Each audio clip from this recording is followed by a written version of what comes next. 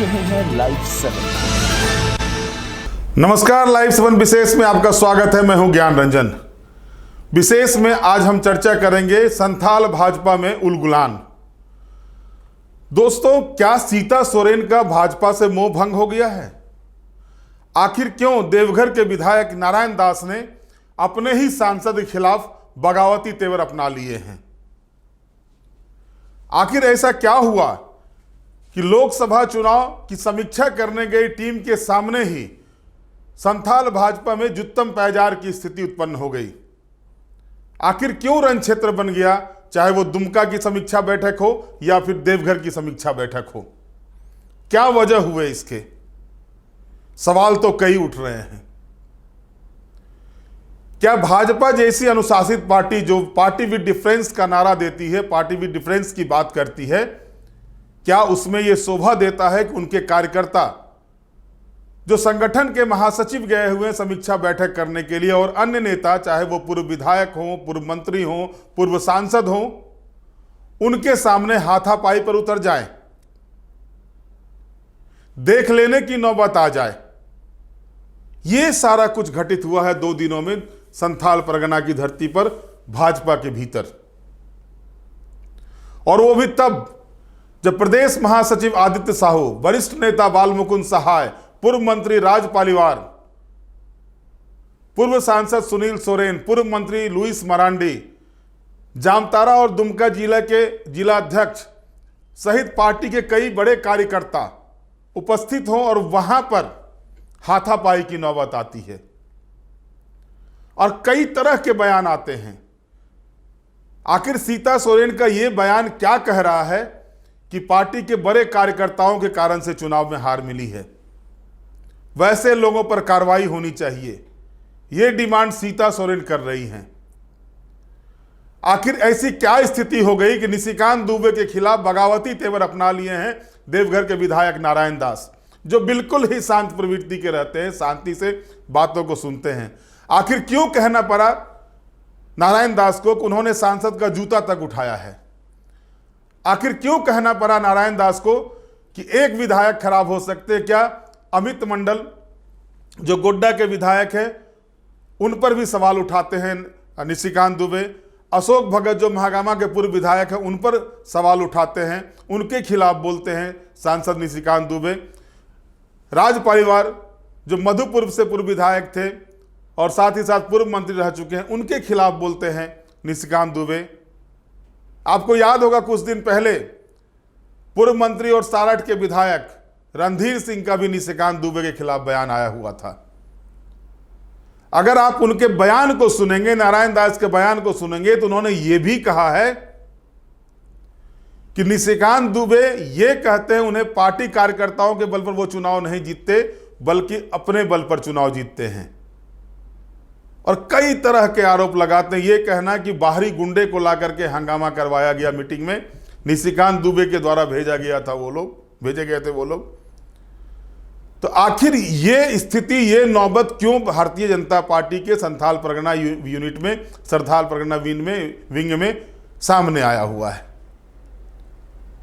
सीता सोरेन की बात करें तो सीता सोरेन का जो मैंने कहा, क्या सीता सोरेन का बीजेपी से मोह भंग हो गया है? क्योंकि जिस तरह से लोकसभा चुनाव के पहले वो भाजपा में शामिल होती हैं और उनको सिटिंग एमपी का टिकट काटकर उनको एमपी का टिकट दिया जाता है और वो चुनाव हार जाती है, भले ही मार्जिन अन्य लोकसभा क्षेत्रों से कम रहा हो, लेकिन हार तो होती ही है उनकी भी। और उसके बाद उनका बयान आता है कि कई बड़े नेताओं ने भीतरघात किया है। वो उन्होंने आरोप लगाया कि दुमका लोकसभा क्षेत्र में हार के पीछे का कारण है कई बड़े नेताओं ने यहां पर भीतरघात किया है। साथ ही साथ उनका कहना है बीजेपी में गुटबाजी और अंतरकलह व्याप्त हो गई है संथाल बीजेपी में, और ये तो सामने दिखा। अगर अंतरकलह और गुटबाजी नहीं होती तो 2-2 बैठकों में जुत्तम पैजार की स्थिति, हाथापाई की स्थिति, रण क्षेत्र की स्थिति नहीं बनती। यह दृश्य सामने आता है। एक मीडिया हाउस को बयान में सीता सोरेन कहती हैं कि जो भी हार के लिए जिम्मेवार नेता हैं उस पर संगठन को कार्रवाई करनी चाहिए। बीजेपी संगठन में जो मजबूती होनी चाहिए थी वो चुनाव के दौरान नहीं दिखी, नहीं मिली थी। बीजेपी के कुछ लोग कार्यकर्ता मनमानी पर उतर आए थे। ये बयान उन्होंने एक मीडिया हाउस में दिया है सीता सोरेन ने। सीता सोरेन ने यह भी कहा, बिना नाम लिए हुए कहा, कई बड़े नेताओं की भूमिका है जो उनको चुनाव हारना पड़ा है। यानी सवाल उठाए हैं कई बड़े नेताओं की भूमिका पर। आखिर कौन है वो बड़े नेता? क्या पार्टी के द्वारा जो समीक्षा की जा रही है उसमें इस विषय पर चिंता की गई, इस विषय पर चर्चा की गई? यह भी एक सवाल उठता है। लगातार जिस तरह से भारतीय जनता पार्टी के द्वारा प्रदेश अध्यक्ष बाबूलाल मरांडी का बयान आया था कि जिस सीट पर वो चुनाव जीते हैं उसकी भी समीक्षा की जाएगी, जिन सीटों पर हार हुई है उसकी भी समीक्षा की जाएगी, और उन्होंने टीम बनाकर समीक्षा करने के लिए हर लोकसभा क्षेत्र में अपने वरिष्ठ नेताओं को, पार्टी के जो प्रदेश संगठन के बड़े नेता हैं उनको भेजा है। उसके बाद खूंटी में समीक्षा बैठक होती है, किसी तरह की कोई बवाल नहीं होते। चतरा में समीक्षा बैठक होती है, कोई बवाल नहीं होता है। आखिर संथाल में ही यह बवाल क्यों भाजपा में हो रहा है? और इसके बाद ये सवाल उठने लगे हैं, क्या सीता सोरेन का भाजपा से मोह भंग हो गया है? नारायण दास जैसे सीधे आदमी जो बिल्कुल ही कभी भी अनलगल बयान उनको नहीं देता गया, चाहे वो सदन के भीतर हो, सदन के बाहर हो, लेकिन इतने आहत हुए हैं अपने सांसद के से कि उन्होंने यहां तक कहा कि उन्होंने उनका जूता तक उठाया है, और एक कार्यालय तक नहीं था, कार्यालय खोद रहे थे, उसकी व्यवस्था की है। मनोहरपुर जो प्रखंड है जहां पर आरजेडी का बोलबाला था, वहां ऐसा लगता है कि मनोहरपुर ने मुझे गोद ले लिया, यानी विधायक को गोद ले लिया है। इस तरह के बयान उनके आ रहे हैं। और इसके बाद जब संगठन की बैठक होती है, समीक्षा बैठक होती है, उसमें अगर बवाल होते हैं, उसमें अगर हाथापाई की नौबत आती है, अगर समीक्षा बैठक स्थल रणक्षेत्र में तब्दील हो जाता है तो सवाल उठते हैं। और इस सवाल का जवाब भारतीय जनता पार्टी को खोजना होगा, क्योंकि बहुत जल्द राज्य में विधानसभा की चुनाव भी होने हैं। पहले हम आपको दिखाते हैं कि नारायण दास ने आखिर क्या कुछ कहा है। आप सुनिए नारायण दास ने क्या कहा है। में आज गोड्डा लोकसभा की समीक्षात्मक बैठक होनी है, और उसी निमित्त प्रदेश के महामंत्री श्री आदित्य साहू जी, प्रदेश के उपाध्यक्ष आदरणीय बालमुकुंद सहाय जी का आगमन हुआ है, और बैठक बड़ा शांति सुचारू रूप से चल रहा था। लेकिन लोकसभा चुनाव में जितनी बातें हुई, जिस प्रकार लोगों ने जनता के आक्रोश को झेलने का काम किया, हम सभी भारतीय जनता पार्टी के कार्यकर्ता, मेरे जिलाध्यक्ष यहीं हैं, इन्होंने जहां भी मुझे कहा मैं सशरीर उपस्थित रहा और अपने माननीय सांसद के लिए काम किया। लेकिन दुर्भाग्य की बात है कि आज माननीय सांसद गुड्डा जो चुनाव जीतने के बाद जब लोकसभा की रायशुमारी यहाँ हो रही है, उन्होंने अपने गुंडों के द्वारा, कोई भारतीय जनता पार्टी का आदमी नहीं है, भारतीय जनता पार्टी के द्वारा वैसे ही आदमी को बुलाया गया था जो इस बैठक में अपेक्षित थे, उनके गुंडों के द्वारा मुझे मां बहन लगा के गाली दिया गया, अश्लील भाषा का प्रयोग किया गया, नारेबाजी की गई, और मेरे भारतीय जनता पार्टी के कार्यकर्ताओं पर भी उन लोगों ने मारपीट किया, जो निश्चित रूप से बहुत ही खेद की बात है। मैं उनको खुली चुनौती देता हूं, जब वो टिकट लेके आए, मुझे हैदराबाद जाना था अपनी बीवी के इलाज में, मैंने परंपरा का निर्वहन किया और मैं रिसीव करने के लिए एयरपोर्ट गया। होली के दिन मैं सबसे पहला आदमी था जो उनके आवास पर जाके विजय का टीका लगा के आया, उनके नहीं कहने के बाद भी। इसके बाद जहां भी बूथ कार्यकर्ता सम्मेलन हुआ मैं वहां गया, देवघर गया, मोहनपुर गया। मोहनपुर में मैंने कहा कि 2014 के बाद से पहले मोहनपुर को आरजेडी का गढ़ माना जाता था। 2014 में लोगों ने चुनाव हमको जिताया, लोगों का आशीर्वाद मिला, फिर 19 में जिताया। हम कह सकते हैं कि आचार संहिता लगने के पहले हमने 40 पुल पुलिया रोड का शिलान्यास किया है। या तो मोहनपुर प्रखंड की जनता ने मुझको गोद लिया है या मैंने उसको गोद लिया है। वो मंच पर ही आवेशित हो गए, हमको अहंकारी विधायक फलना चीज बोलना शुरू कर दिए। फिर भी मैं मर्यादा में रहा। फिर देवघर में उनके यहाँ बूथ कमेटी का सम्मेलन हुआ, मैं उसमें गया, राजनाथ सिंह जी का कार्यक्रम हुआ, उसमें हम गए। यही हमारे जिलाध्यक्ष हैं, जब कार्यालय का ओपनिंग होने लगा तो उन्होंने कहा कि जिलाध्यक्ष को कहा कि विधायक जी को कार्यालय ओपनिंग में आने नहीं दीजिए। तो उनको कार्यकर्ता से कोई मतलब थोड़े है, जो खुलेआम कहता है कि संगठन हमारे लिए काम नहीं करता है। हम 3 चुनाव जीते, संगठन कभी साथ नहीं दिया। आज संगठन ने ही साथ दिया। अगर संगठन नहीं रहती तो वो चुनाव जीत पाते क्या? लेकिन जहां तक है उनके गुंडों के द्वारा ऐसी हरकत करना, वो तो किसी के पक्ष में नहीं रहते हैं। किसी को कहा है कि भारतीय जनता पार्टी को वोट नहीं दो, हम तो हमारे पास कई उनका प्रमाण है। उन्होंने 2019 के चुनाव में हमको हराने का काम किया है। घोरमारा मंडल में जब बूथ कार्यकर्ता सम्मेलन हो रहा था, उनका दौरा हो रहा था, उन्होंने राजेश मंडल को कहा कि राजेश तौर विधायक के अब की टिकट नहीं मिलतो, लगभग 99% टिकट नहीं मिलतो, वह के बाबा कृपा हो तो 1% मिलतो। तो आपने सुना, सीधे तौर पर सांसद निशिकांत दुबे निशाने पर हैं नारायण दास की। साफ साफ शब्दों में उन्होंने सारे कुछ बयां कर दी। अपने दिल का जो दर्द था उन्होंने मीडिया के सामने रख दिया है। मैंने आपको बताया, कभी भी मीडिया के सामने आकर के संगठन के खिलाफ या संगठन के लोगों के खिलाफ या अपने सांसद के खिलाफ कभी नारायण दास को बोलता नहीं गया देखा गया था। पहली मर्तबा इस तरह की नौबत आई है कि वो भी बगावती तेवर अपनाए हुए हैं अपने सांसद से। पूर्व में भी आपने देखा था कि किस तरह से राज पालीवाल जो है सो नाराज चल रहे थे। याद कीजिए, मधुपुर का उपचुनाव जब नारायण दास का टिकट कट गया था और उसके बाद वो चुनाव प्रचार के लिए नहीं जा रहे थे, तो उस समय रघुवर दास जो थे उनको जा करके मनाते हैं और वो तब चुनाव प्रचार के लिए इक्का दुक्का दिन दिखते हैं। दुमका के प्रभारी थे, दुमका लोकसभा क्षेत्र के राज पालीवाल, जबकि वो जो क्षेत्र है उनका वो आता है गोड्डा लोकसभा क्षेत्र के अंतर्गत। और आप समझ सकते हैं कि किनके कहने पर ही उनको जो है सो मधुपुर से हटाया गया था। और नारायण दास ने जो आरोप लगाए हैं, चाहे विधायक अमित मंडल का नाम लेकर कह रहे हो या फिर पूर्व विधायक अशोक भगत का नाम लेकर कह रहे हो, खुद अपने बारे में कह रहे हो या फिर राज परिवार के बारे में कह रहे हो, तो क्या सभी के सभी विधायक या पूर्व विधायक जो है निशिकांत दुबे के खिलाफ काम कर रहे थे चुनाव में?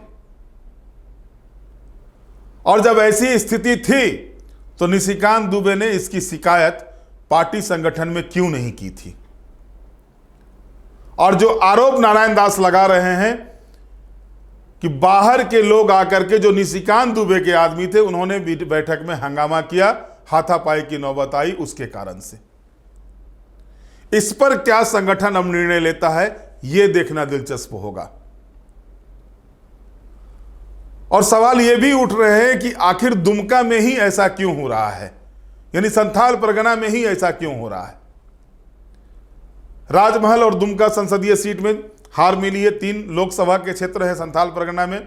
गोड्डा में निशिकांत दुबे चुनाव जीते, लेकिन दुमका और राजमहल में पार्टी की हार होती है और इन्हीं दोनों सीटों की हार की समीक्षा के लिए समीक्षा बैठक बुलाई जाती है। प्रदेश महासचिव आदित्य साहू जो राज्यसभा के सांसद हैं, वो समीक्षा बैठक लेने दोनों ही देवघर और दुमका दोनों ही जगह पर जाते हैं। अग्रसेन भवन दुमका में पहले बैठक होती है, वहां भी स्थिति विकट थी, हालांकि बाद में संभाल लिया गया और स्थिति ये हो गई कि आदित्य साहू को जो प्रदेश महासचिव हैं, बालमुकुंद सहाय को जो वरिष्ठ नेता हैं प्रदेश के, उनको जो है राज परिवार को, लुइस मरांडी को, सुनील सोरेन को 1-to-1 कार्यकर्ताओं से बुलाकर बातें करनी पड़ी, बैठक करनी पड़ी। हालांकि आदित्य साहू का बाद में यह बयान आया कि जब हार होती है तो कार्यकर्ता उससे आहत होते और इसके बाद इस तरह की चीजें होती है। पार्टी इसको गंभीरता से देख रही है और हर बिंदु पर पार्टी विचार करेगी, हर बिंदु का विश्लेषण पार्टी के भीतर होगा।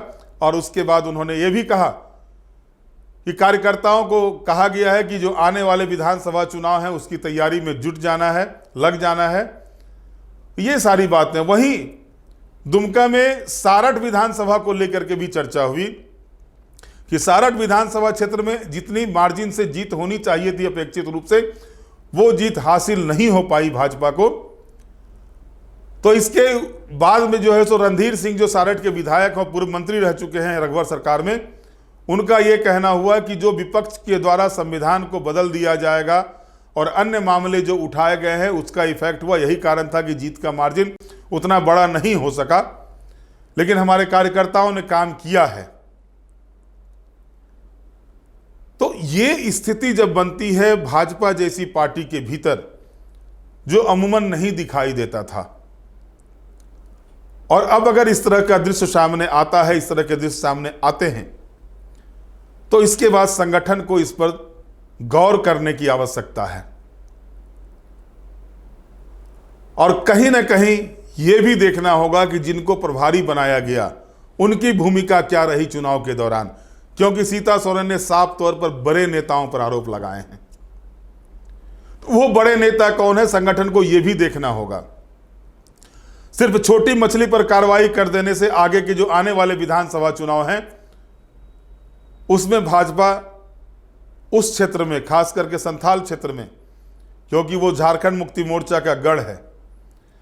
पिछले विधानसभा चुनाव में आपने देखा कि संथाल में एक भी आदिवासी सीट पर, जनजातीय सीट पर भाजपा को जीत नहीं मिली थी। 4 सीटें भाजपा जीती वहां पर, चाहे वो गोड्डा हो, देवघर हो, सारठ हो और राजमहल हो। 4 सीटें जीती 18 में से।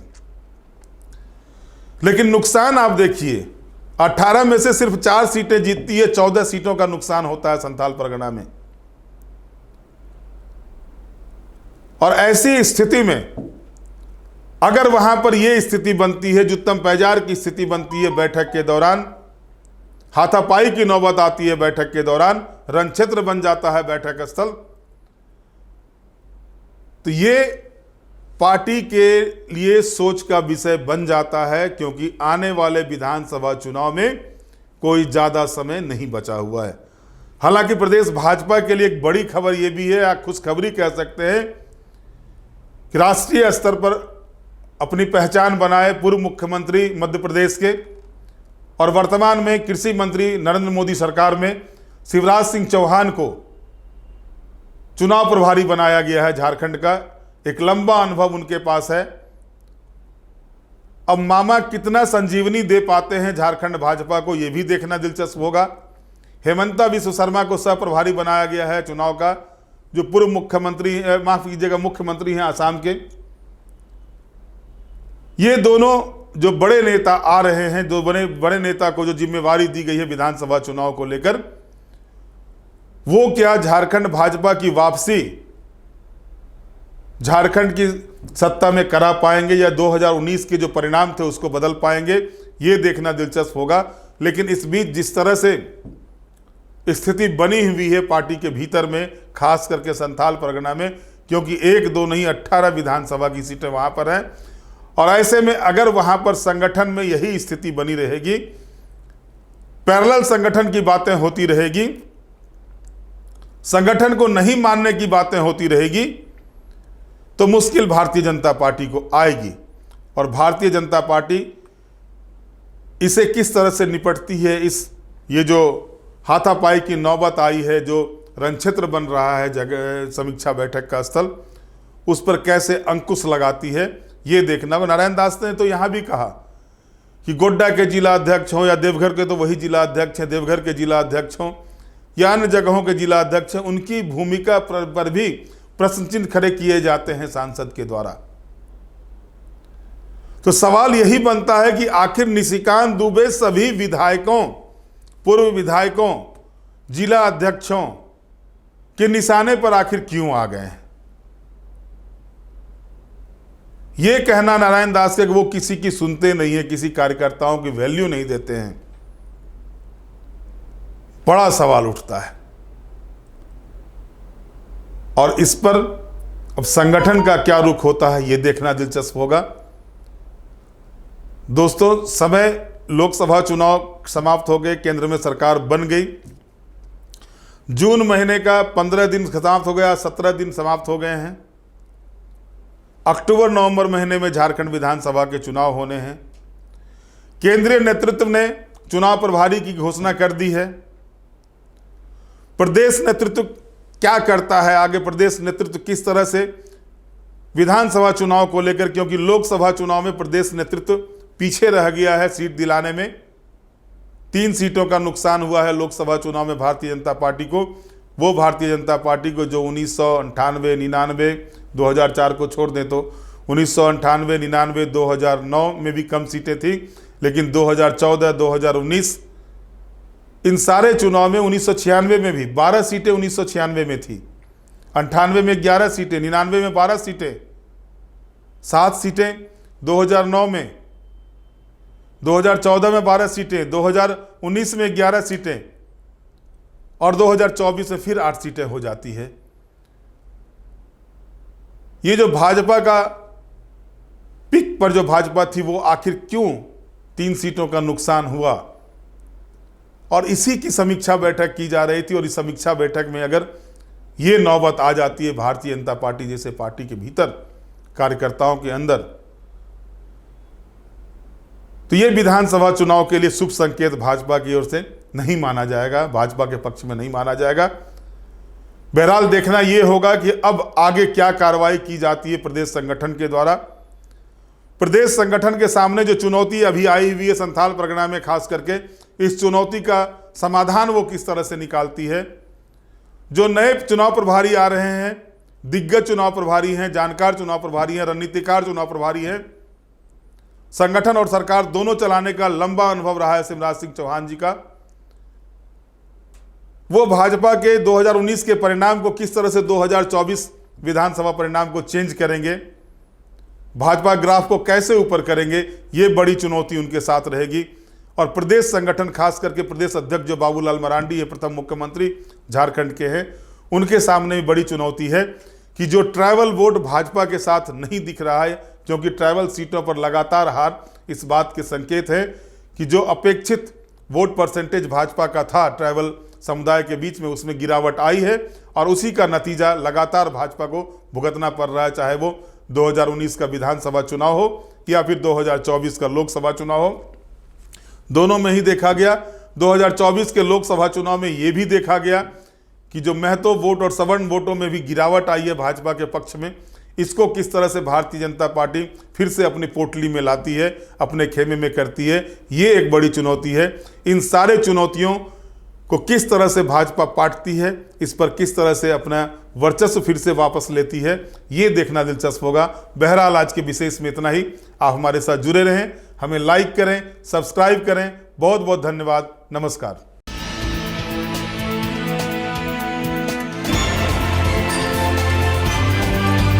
आप देख रहे हैं लाइव 7।